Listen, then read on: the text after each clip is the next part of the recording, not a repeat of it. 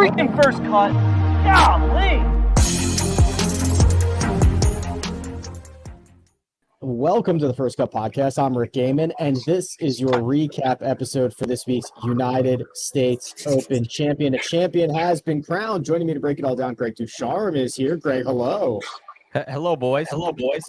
What a week. What a week. Just incredible stuff. It was really exciting coming down the stretch. Turned out to be just another great championship. It was really fun to watch. Kyle Porter is here. KP, good evening to you.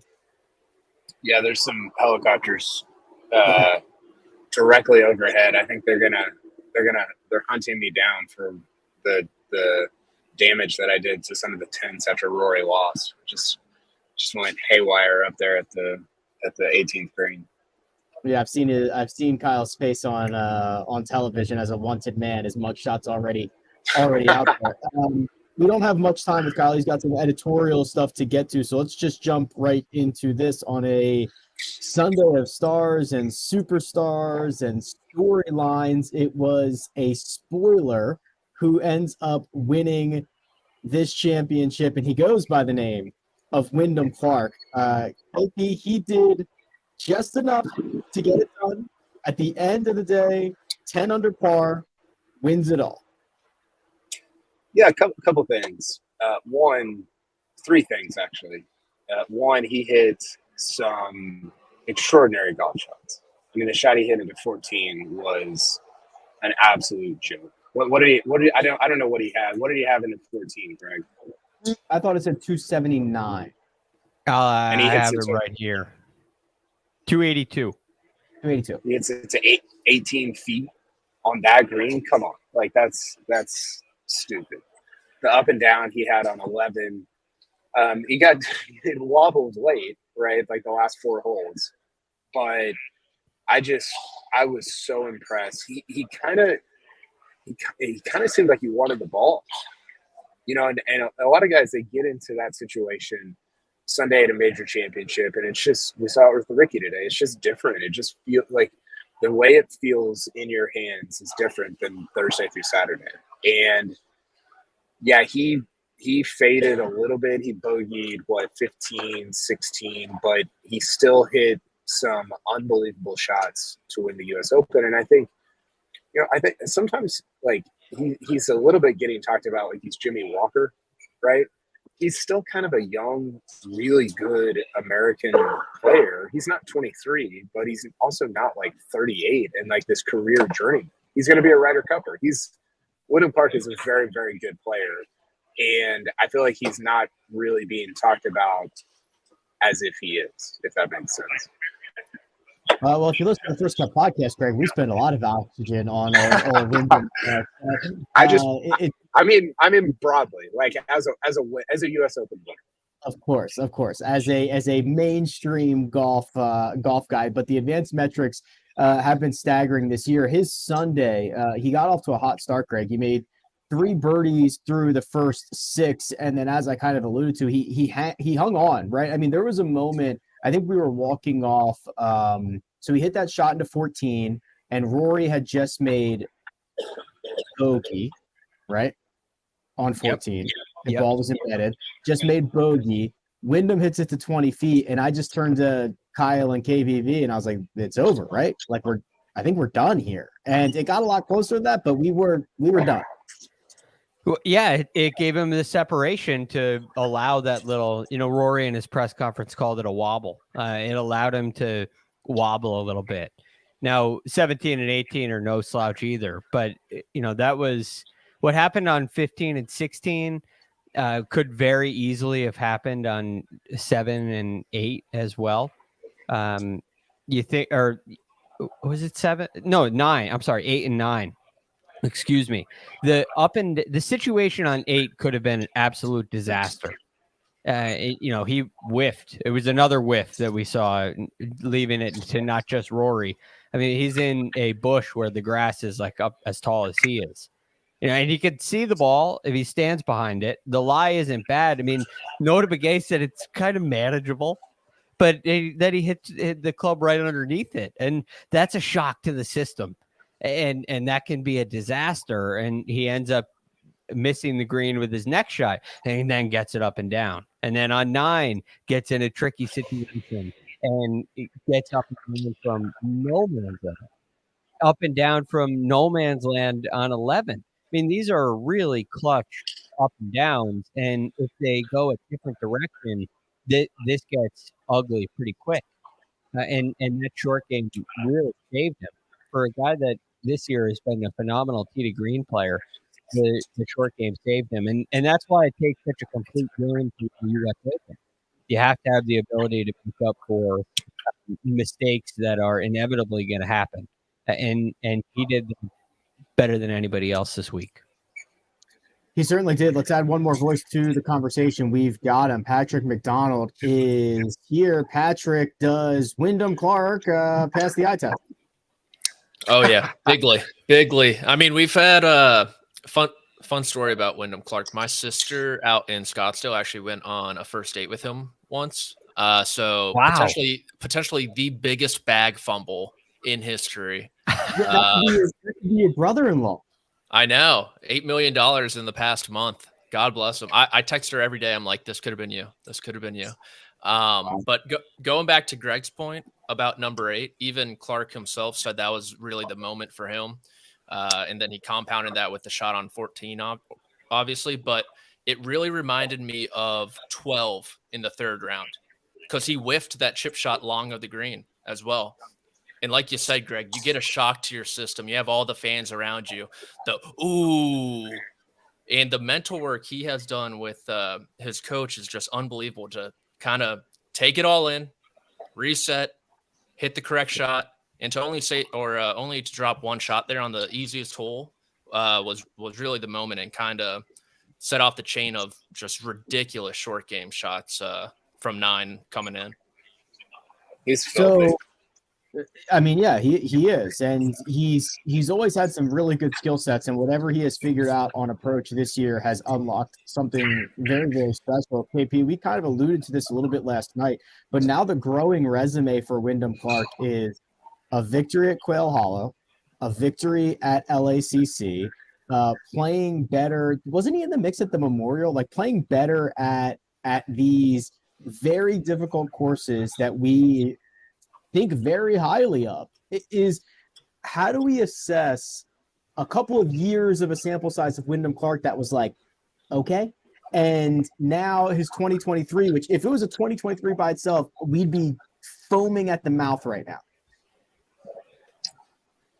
Yeah, well, I think it's hard for us to assess because we have these templates for different players, right? And what we think of is either one, the young American kind of future superstar, and that's the Spieth, the Morikawa, even the Fowler at one point, even like a Gordon Sargent, who was the number 1 amateur in the world. He finished as low am at this U.S. Open. There's a clear trajectory to most of these guys. And then the other sort of template that we have is like your Chesson Hadley or your Brian Harmon. Those guys are – Brian Harmon's a lot better than Chesson Hadley. But just these kind of grinders, journeymen that probably are not going to win majors, right? Sorry, we got a lot going on. But cancel the show. They just delivered pizzas to the media center. I think we have to pause the show for an hour for dinner break and come back. so that's the second template, and I think the third is these guys like a Jimmy Walker who kind of make the leap at the end of their career. Phil did this in a different way, like with major championships, right, where he had prolonged failure at majors and then succeeded in a big way at the end of his career. So those to me are the 3 templates, and Wyndham Clark doesn't fit in any of them. Right, he's kind of outside all 3 of them, and there's a little Sam Burns in there. Burns is younger and better, but I think it's very difficult to categorize somebody who is kind of becoming a star at age 30.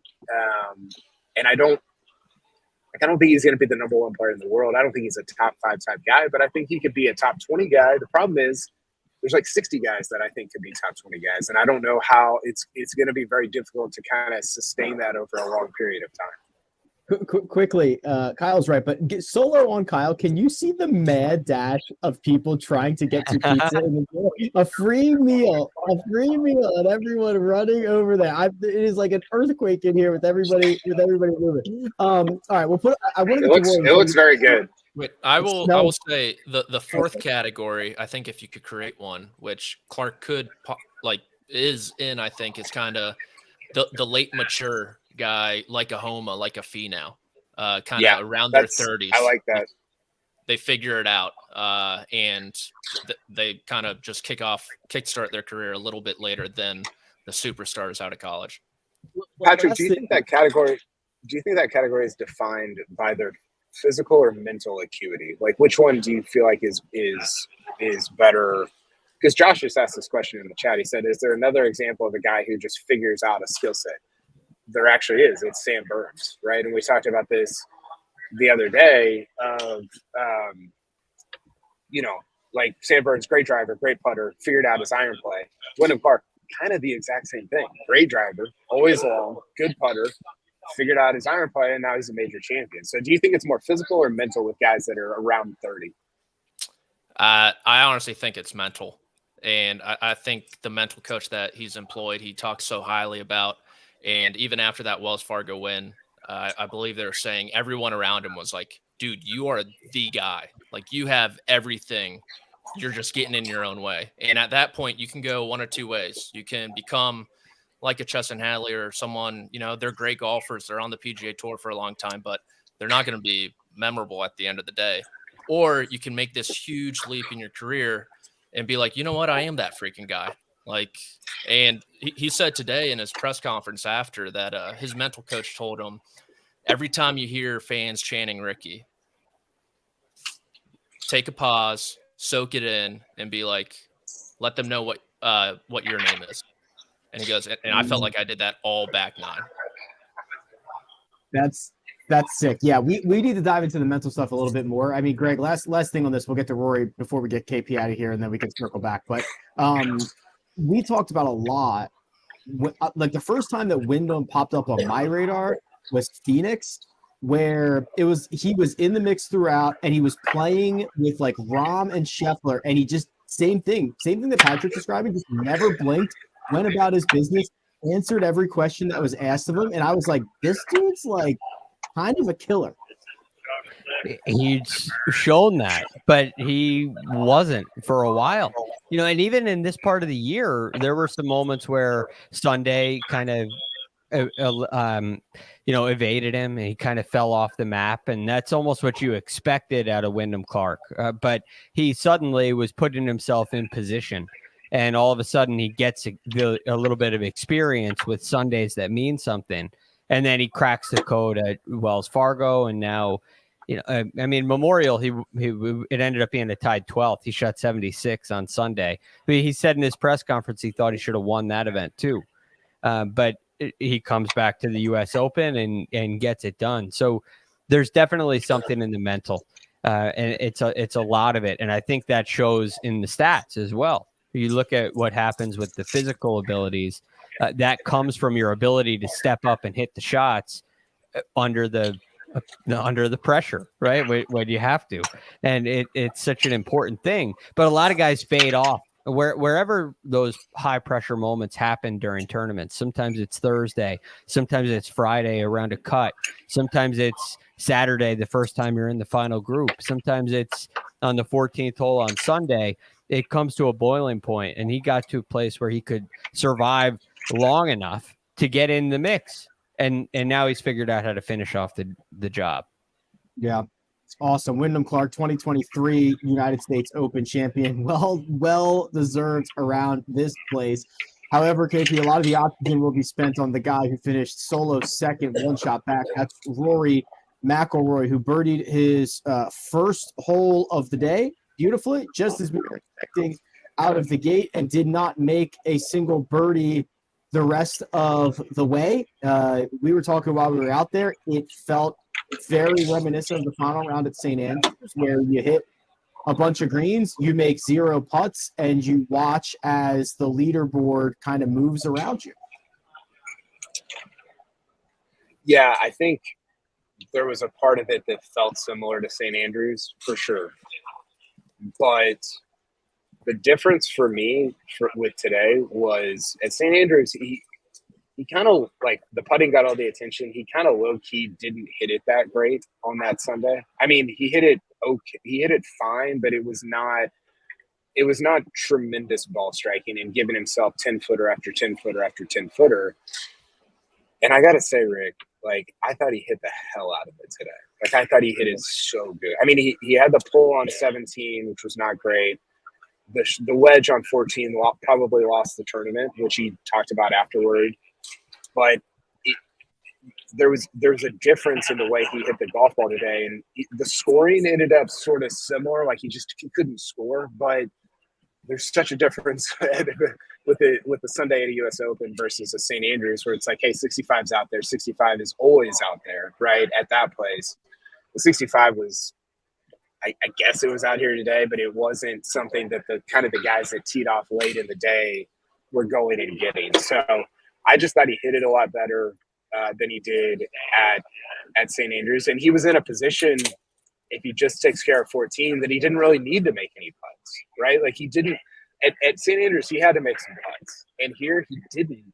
If he just makes par on 14, and he got given a gift, and he still couldn't do it, and it's just the margins. He talked about why he hit the bad wedge on 14. He said, I needed to wait 15 seconds for the wind to lay down. And you're like, we're determining major champions on 15 seconds of wind? Like, that's Patrick and Greg. At one point, Rick turned to me and said, these guys must all be in therapy, because this is outrageous. Like, I don't know how anybody accepts any of these outcomes. I saw you guys on number 1 on the green when Rory was putting for eagle, and I saw Rick, like, it burned the edge, and Rick in the background was like like quickly turned his head. It was like you could just tell he was like, how the hell did that not go in? I wish I used to not like do anything like that, but I mean, first of all, we were in it. I mean, it was when they went off the first tee, like it was popping, and he goes, pipes a driver down the middle, hits it exactly where he needs to, and I'm like, if he just rolls this eagle putt in, and it looks good the entire way, I'm stunned it didn't go. I mean, think about all of the Thursday, right? So here's a crazy stat. Wyndham and Rory shot the exact same score on Friday, Saturday, Sunday. Where do you think Rory could have picked up a stroke on him on Thursday? The one he whiffed on his last hole of the day?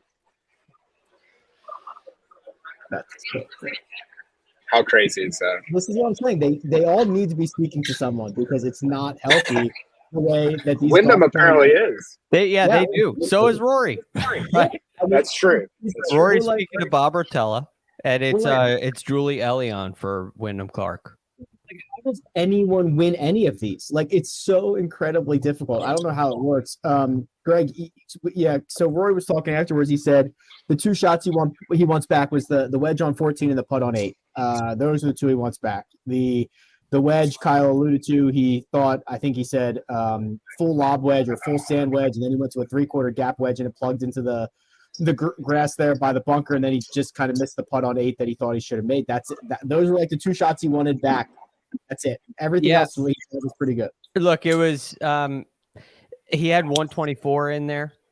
You got to put that on the green, but at the same time, he was so near perfect tee to green all day. I can allow for and certainly understand a mistake with a swing. I can understand one mistake with the swing, but you think eight's the obvious one. Doesn't take advantage of 6. Didn't hit a great chip shot there, and he had multiple putts from inside of 15 feet that could have gone in. I mean, at least 3 on the front 9, right? 3 was a really good look. 9 was a really good look. I guess 10 was the third. And we said it last night. I mean, Rory needs to make 2 10 to 15 foot putts to win. And yeah, I mean, he could have hit the green on 14, but if he made 2 10 to 15 foot putts, he wins. So he did just about everything he needed to do. Just about. And for some reason, there is an absolute lid I mean, listen to this. He made 44 feet of putts on Saturday and 41 feet of putts on Sunday. 41 feet over 18 holes. 18 holes. That is like 2 feet and 3 inches a hole. It's hit the longest putt he made all day was 4 feet 5 inches. Right. And you have at some point to win a major championship, you have to do something that's major championship worthy. Right? You got to make something. You got to make a putt, chip in, stuff it close somewhere. You got to do something that's above and beyond. And that's just in this major and at St. Andrews, it didn't happen. And it doesn't take a lot. It's the one moment we're missing. One moment we're missing. KP, I got to get you out of here to go write your article for CBSSports.com, but I'm happy to kind of cede the stage to you here. If there's anything additional, I'm sure we'll, continue this conversation into next week and beyond. But while we're here, if there's anything else, I'm happy to open it up to you. Yeah, it was. I don't know if it was an amazing U.S. Open. It was a very chaotic and dramatic ending, which was, it was pretty awesome on the course for the last hour and a half. And I thought Wyndham's reaction was really cool. I loved seeing that. I'm excited to see him at the Ryder Cup. I thought Rory was very good afterwards. He talked about how I'd go through 100 more Sundays like that. And if it means I eventually win my next major, and he kind of, the language that he used was when I win my next major, not if. And he was in pretty good spirits, I thought, for having come up at one stroke short. So probably going to win Hoylake. Ricky Rory at Hoylake again. How about that? I need at least 12 hours of recovery before I get on the Rory at Hoylake. On to Hoylake, baby. On to Hoylake. All right, KP, appreciate you, brother. We will look forward to what you got on CBSSports.com. You can follow Kyle on Twitter at Kyle Porter CBS, and we will continue this conversation after a quick word from our partners. Get breaking news. Big news coming out of the NFL today. Highlights and instant reactions. The largest final round comeback in tour championship history. We're down to the final four. I just want to take time to analyze greatness. Talk winners and losers with a guy who's already a big winner. CBS Sports HQ. It's all sports all day long. And we're back. Patrick, this quickly turned into a two-horse race out there between Wyndham Clark and Rory McIlroy because Rickie Fowler, who was in that final group with Wyndham Clark, kind of removed himself from contention pretty early on Sunday. He plays his first 7 holes at 3 over par, and that was right around the same time that Wyndham Clark was going in the opposite direction. So even as, Rickie's bad day continued on the back, it just never felt like he was ever in this championship.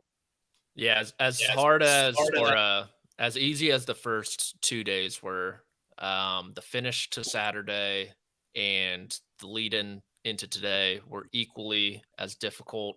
You kind of saw it with the first drive. He kind of got lucky that his second even ended up in the fairway. And then the speed control on the greens, it was pretty tentative early, I would say. His par putt on number 2. Didn't really reach the hole. He made a great par on 4 from the Barranca, the old up and down for the Barranca. I believe that's a dot or a skin or something out there at LACC. In the cash game, yeah, that's a big one. Yeah, but you saw it kind of yesterday. His lag putting was not good Saturday. Yes, he made a couple long ones on 7 and 13, but he had 3 putts as well yesterday. And it kind of continued. It continued there on 5. 7 was just a really bad iron shot. You cannot miss right to that pin. And then from there, he just put himself behind the 8 ball. Another short miss on 11, missed the fairway on 12. And it was just erratic, but it still kind of, you kind of felt, okay, he's there on the 15th green. He has 25 feet for birdie. If he knocks this in, Clark makes a bogey. He's 3 back? With 3 to play, there's a chance there. You can convince yourself you're still in it, especially with how difficult that stretch is.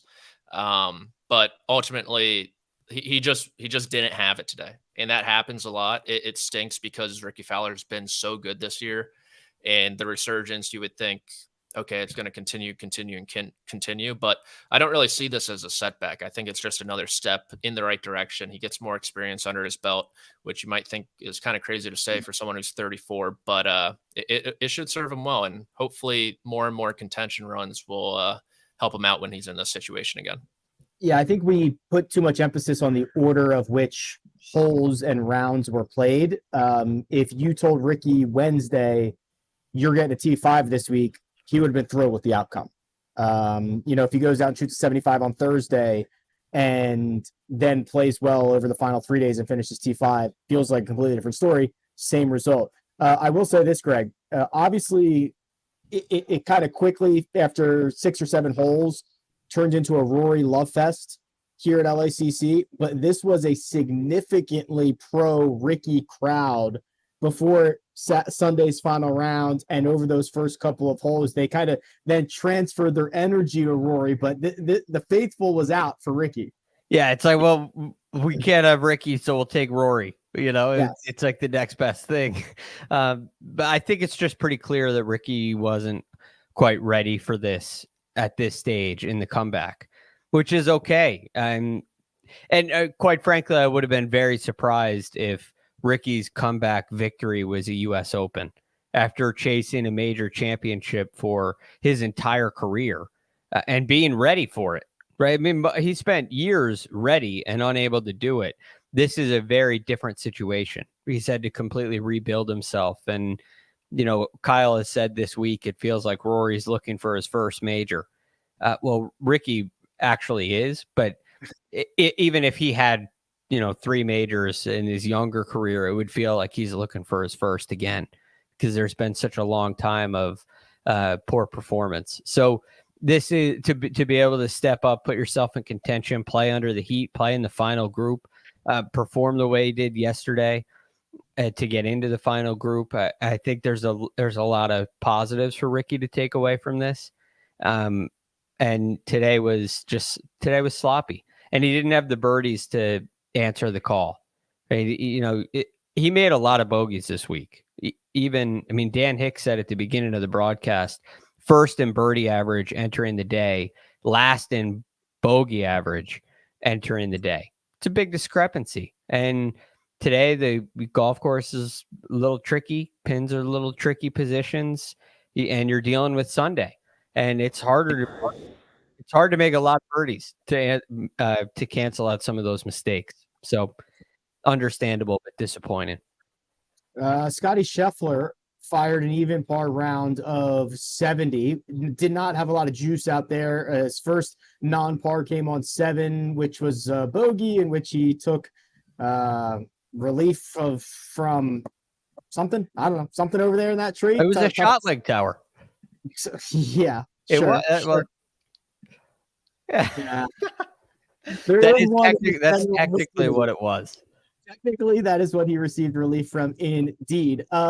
Patrick, I'll throw this one over to you here. We were walking up the bridge. There's a bridge from 17 to 18. We were walking up that bridge, and another member in the media said, "Scottie looks sad," and I was like, "Yeah, wouldn't you be where every single day of your life you're a striper? You can't make 5-footers. You finish 3rd constantly, and everyone's chanting someone else's name, and you're like the best ball striker in the world." I'd be sad too.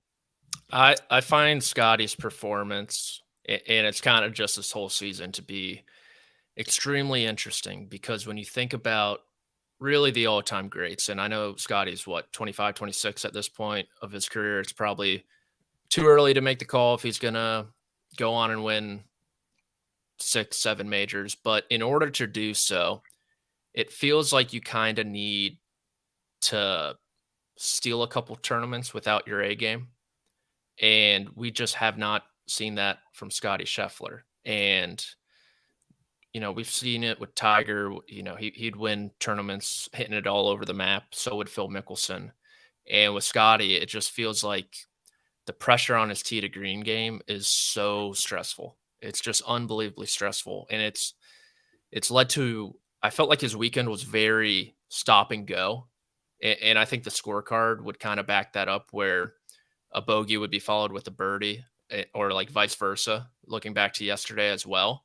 Yeah. And to me, it's just the constant pressure of his putting getting to him. And he did putt well. He put a new putter in the bag this week. He looked a lot better, but he missed a lot of chances this week as well. 14, he had an opportunity for a birdie. But for me, if you want to get to like 7 is ridiculous amount of majors. Let's say 5. He's only on 1. Let's say 5. You have to like almost steal a couple, it feels like. It really, because they're so hard to win. And it felt like this week you had a Rickie Fowler, you had a Wyndham Clark who went out and won the damn thing. Absolutely. But it felt like a great opportunity for Scottie to kind of swoop in there and like somehow steal this tournament. And it just never came to fruition, which I don't know. The way we laid it out, I think last night was, okay, Rickie could eject from this thing. If Wyndham Clark and Rory McIlroy shoot even par, Greg, Scottie goes out. I mean, there's like a 67 out there for Scottie with the way he plays. He could get this thing into a play. And that everything else kind of happened. And you know, the window closes like really quickly, and you don't always see it coming. To kind of back up what Patrick was saying is like, you're not guaranteed more opportunities. And he's had so many that are great money makers, are going to look good on the wiki page, all that fun stuff. But man, I do wonder how much of him is like, I could have 2, 3, 4 if I just get like a little bit of luck. It's he's perplexing, because in a way, like, I understand what Patrick's saying, but I don't feel like his tee to green game is under pressure. When I watch him, I feel like his tee to green game is just easy. And what I'm amazed with is his ability to separate. Now, part of that too is tee to green is it's 3/4 of the game, right? So short game's included in that. And if he gets a little loose, he has a unbelievable ability to get up and down. So I am perplexed because you see it add pressure to the tee to green game in most players, but usually it happens after a couple of weeks. Like it happens pretty quickly. It happened to Rahm last year early on. It's happened to Rory many times throughout his career. And the pressure really does add up, and you start feeling like you got to hole it. But I watched Scottie Scheffler hit it to 15, 18 feet all day. He does it all day, every tournament. It doesn't matter if it's a birdie fest or a major. He's shooting 67. It seems like every time he tees it up. He shot 70 today. I mean, you go through his round. I don't know how it felt for you, Rick, but 64 was out there for him. There were a couple of long putts that very nearly went in. He missed a number of short ones. Yep. He gave away a lot of shots, but I still have not seen it change his strategy, which that's where I think the pressure would really be highlighted. Where, okay, he's feeling anxious. Yeah. He's changing his game plan because he can't make putts. I haven't seen any evidence of that. He just keeps doing this and keeps finishing at third. It's kind of like Rory. He's just a couple 15-footers. In his case, you could say it's 6-footers. He's a couple 6-footers away from absolutely dominating the PGA Tour and holding the trophy at the end of every week. Yeah, and he doesn't seem to let it change his demeanor either. He's usually in pretty good spirits out there with Ted Scott. So things still very good for Scottie even without the victory. Gents, we're going to do our one and done recap. We're going to do our best bets, which were actually pretty darn good this week. But a week full of U.S. Open memories. I don't think there was like a viral thing that happened or anything crazy. But do we want to put any kind of parting shots on the week that was LACC? I mean, it's just another example of why all U.S. Opens need to be held on the East Coast. Number one, I was up till like 2 a.m. last night. Do you see these bags? I'm checking these on my flight to Montana. You look great. You look great. You look so great. In solidarity with my one and done pick, I wore kind of a light red and an Oakmont logo, a real golf course, just because East Coast, Beast Coast. But no, it was actually a great course. But I think it was just another reminder that these championships are never going to be defined about the courses they're played on. It's always about who plays well, which characters you have in the mix. And we had a great cast this week with Fowler, Rory, Scottie, and the champion, Wyndham Clark. I definitely agree on the cast of characters was phenomenal. It ended up being a great leaderboard. There was a lot of complaining surrounding this event, which hasn't happened in a while for a USGA. This time it was because it was too easy for the most part, but then there were some other things that definitely crept in there, and especially the energy. The energy felt very low, and I wonder what kind of effect that had on the competition. We'll never know, but is that a good thing for Wyndham Clark? Was that a good thing for Rory? Would it have benefited? Would Rory have been spurred on with a little more energy by the crowd? We'll never know, but hopefully we get a little better, more, because it was such an enthusiastic tournament and the play was electric, and it would have been cool if throughout the week we felt a little more of that electricity on the grounds. But that being said, it did turn out to be a captivating tournament, and it's worth staying up past my bedtime, even by a couple of hours, the last couple nights. Yeah, stay up past your bedtime a little bit. I just got emailed a list. So Elias Sports Bureaus, they're on site this week.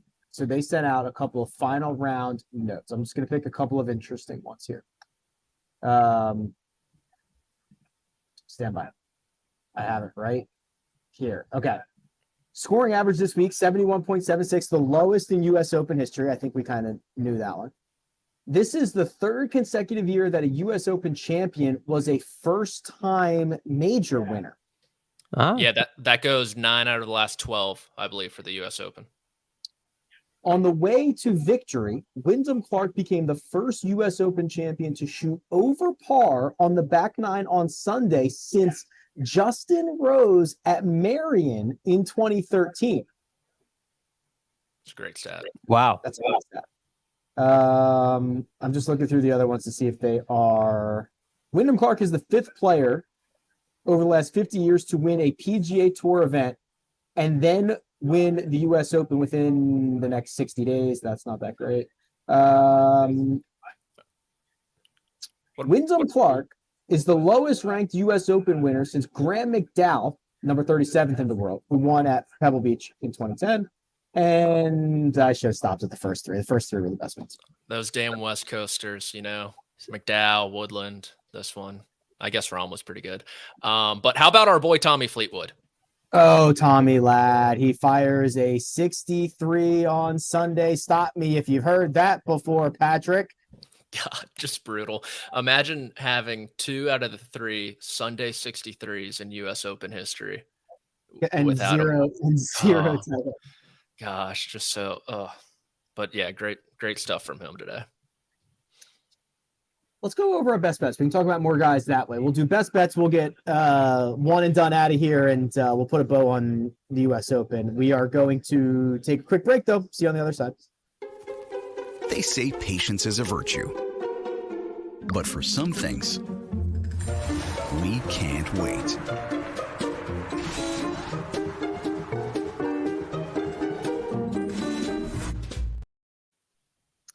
And we're back. Let's show the board where we smashed our bets for this week. 4 out of 4 in the matchup column. That is Henley over Sahith. It is Cam Smith over Max Homa. It's Tommy Ladd over Tony Finau. And Cam Smith over Max Homa. Greg, a clean sweep. Yeah, pretty good stuff. Good stuff. Love the Cam Smith play by Patrick and I. That felt kind of like a layup. Fleetwood over Finau for Mark. Risky. Definitely played out.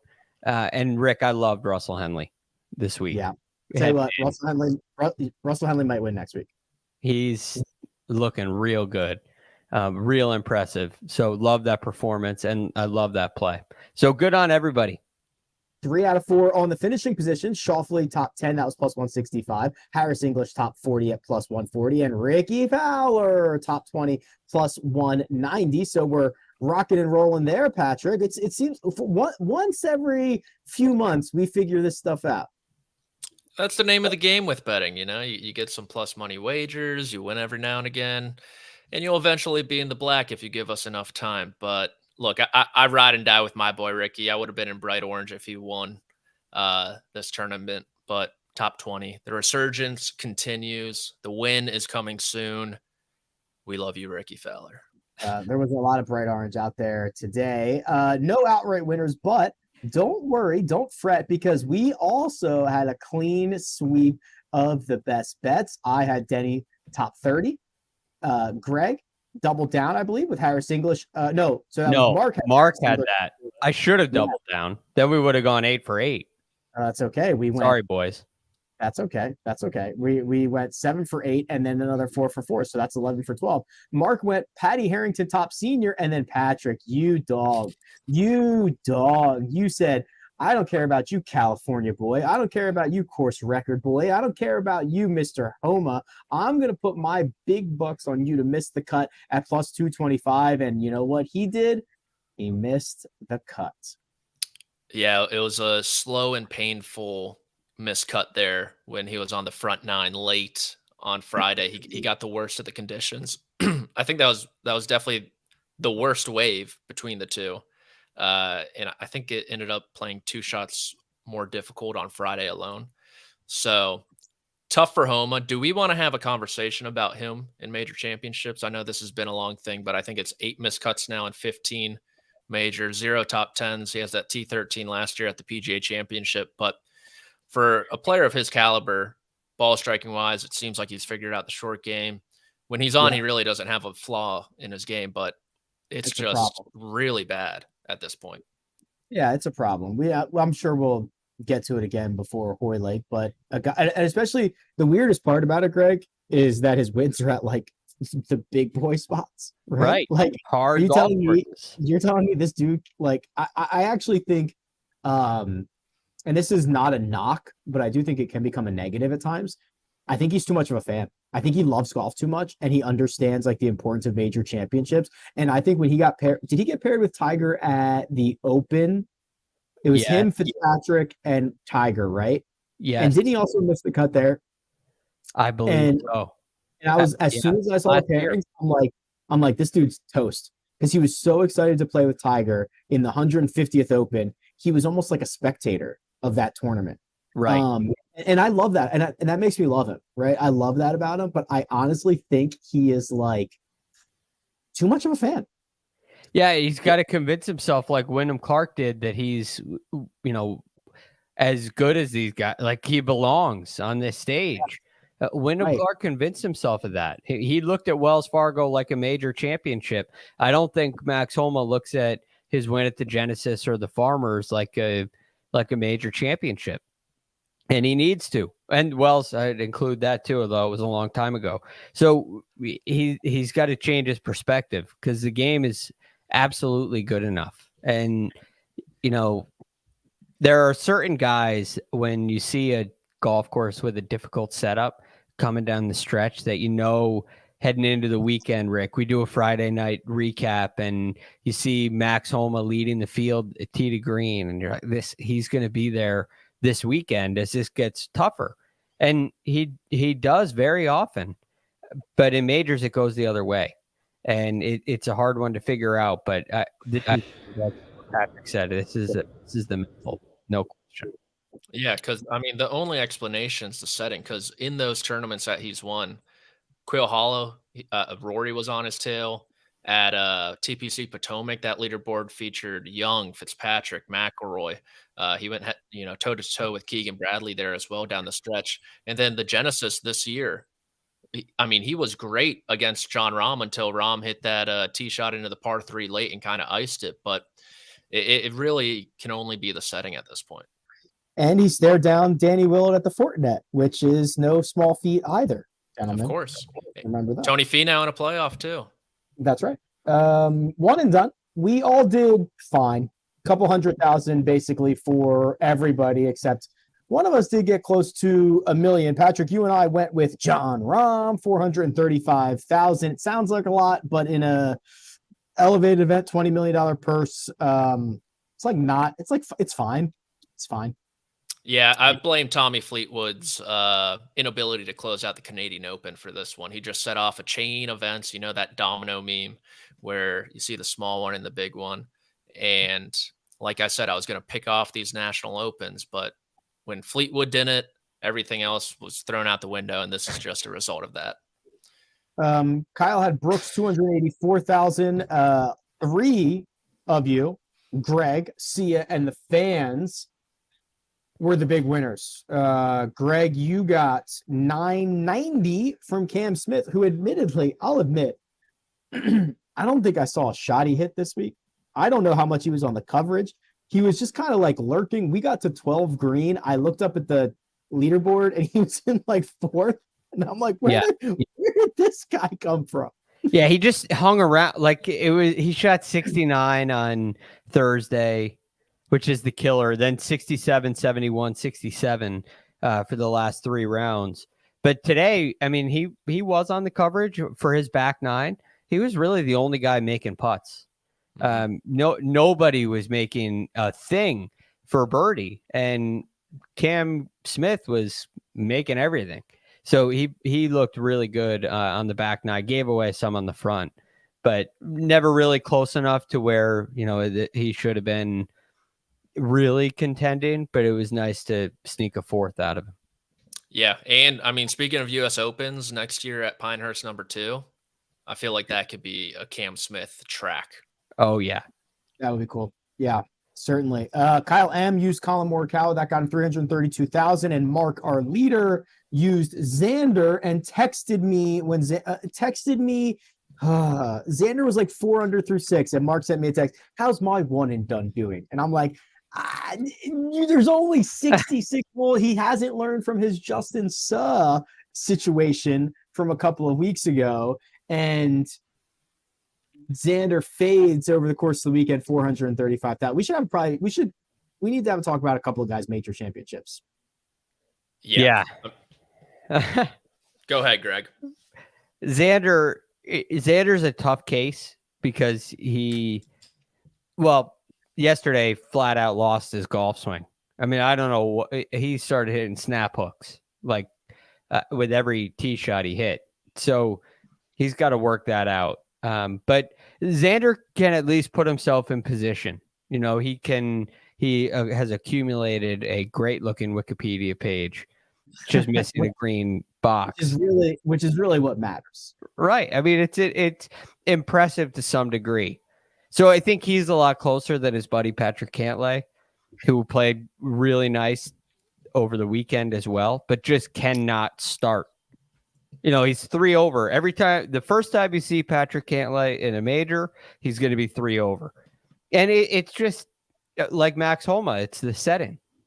Xander, the setting gets him a little later. And that is in a strange way. Well, I don't know. Maybe I was going to say that's an easier one to overcome. Like it's like the last it's the last hurdle. When the hurdle is really early, you got to get over that. You got to get yourself in contention heading into the weekend, and then you got to see if you have a problem late Sunday. It's like Cantlay doesn't know how he's going to handle Sunday afternoon pressure moments, Saturday afternoon moments where you're really in contention. Xander does, and so he can. When he fixes that, it will lead to a win right away. I'm not sure that's the case for a Homa and a Cantlay. Freaking WikiLeaks boys. I mean, Cantlay will be, what is this, like 5 straight top 15 finishes in majors or something now. And then Xander has 7 straight top 15s in the US Open his entire career, 6 straight top 20s in major championships. I mean, we're going to be citing these facts at the Open Championship when one of us inevitably picks one of them. Be like, this is the time. Xander Schauffele, 6 straight top 20s in majors. He's playing great. He was in contention there on the weekend before he left 2 in the bunker on the 37th hole of the tournament. But Greg, I think it's a very interesting conversation point you brought up, and I don't know the answer either. Which one is easier to overcome? Getting in the position in the first place like Cantlay, or like Xander? I mean, credit to him. Unlike his buddy, he gets himself in the mix. He's out there in the dating pool. He's okay getting hurt. He's okay getting stood up on a first date. He's out there. He's looking for love. Cantlay, meanwhile, is at home in his basement, eating popcorn, eating Cheetos every Friday and Saturday night, playing video games. He doesn't want to go out. So I don't know. I don't know which I don't know which one's tougher. I think it might be Xander's. Honestly, I think if you just throw Cantlay out there, you invite him to a party, he might be the star of the show for all we know. Meanwhile, Xander, we know what maybe it happens at the grocery store. Who knows, right? Exactly. Get him in a Trader Joe's. You never know what's going to happen. That'll do it. A week-long coverage from Los Angeles and beyond. A couple of first cuts after dark. Thank you, gentlemen, for sticking with us all week and being very flexible on scheduling. And thank you to all the fans who followed along all week. We will be back at it again Monday, Tuesday, Thursday, Friday, Saturday, Sunday, because there is an elevated event in Cromwell, Connecticut. That's near Greg. That's Greg. Your neck of the woods, Greg. I'm heading up there. Woo! Tuesday and Wednesday. I'll be up there. If you see Greg, tell him freaking first cut golly. Oh, we had somebody. So we had somebody. That's the sign.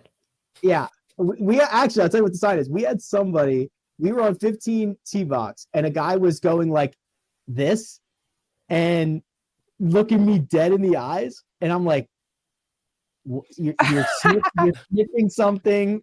I don't know what you're doing. And then he finally goes, I wanted to tell you I listened to the first cut. And I was like, oh, first cut. First Got cut. Yeah. So that's pretty good. This is our new symbol for now. So if you see Greg, give him the sign. Yeah, I'll look for it. Yeah, it'll be out there. All right, gents. Always appreciate producer Josh does all the hard work behind the scenes. Patrick McDonald available on Twitter at Amateur Status. Greg DuCharme, the real GFD. You can find me at Rick Run Good. This has been the first cut. Catch you next time.